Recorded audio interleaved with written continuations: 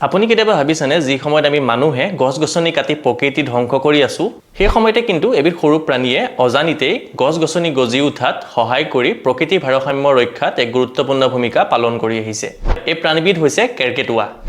আমি জানো যে কেৰ্কেটুৱাৰ অন্যতম প্ৰিয় খাদ্য ফল-মূল আৰু বিভিন্ন গছৰ বীজ কিন্তু আমি খুব কম সংখ্যক মানুহে জানো যে কেৰ্কেটুৱাই পিছলে খাবৰ বাবে কিছু সংখ্যক বীজ মাটিৰ তলত পুতি থৈ সাঁচি ৰাখে যদিও সকলো বীজ পুনৰ বিচাৰি উলিয়াব নোৱাৰে যাৰ ফলত মাটিত ৰৈ যোৱা এই বীজবোৰ সময়ৰ লগে লগে অংকুৰিত হৈ নতুন গছৰ পুলিৰ সৃষ্টি কৰে এইদৰে কেৰ্কেটুৱাই প্ৰকৃতিৰ সেউজীয়া পৰিৱেশ গঢ়ি তোলাত এক গুৰুত্বপূৰ্ণ ভূমিকা পালন কৰি আহিছে এনেকুৱা আৰু জানিবলগীয়া বিভিন্ন বিষয়ৰ বাবে সাবস্ক্ৰাইব কৰিবলৈ নাপাহৰিব আমাৰ চেনেলটো আপোনালোকৰ এটা লাইক আপোনালোকৰ এটা কমেন্ট আৰু আপোনালোকৰ এটা শ্বেয়াৰৰ বাবে অধীৰ আগ্ৰহেৰে অপেক্ষা কৰিলো ধন্যবাদ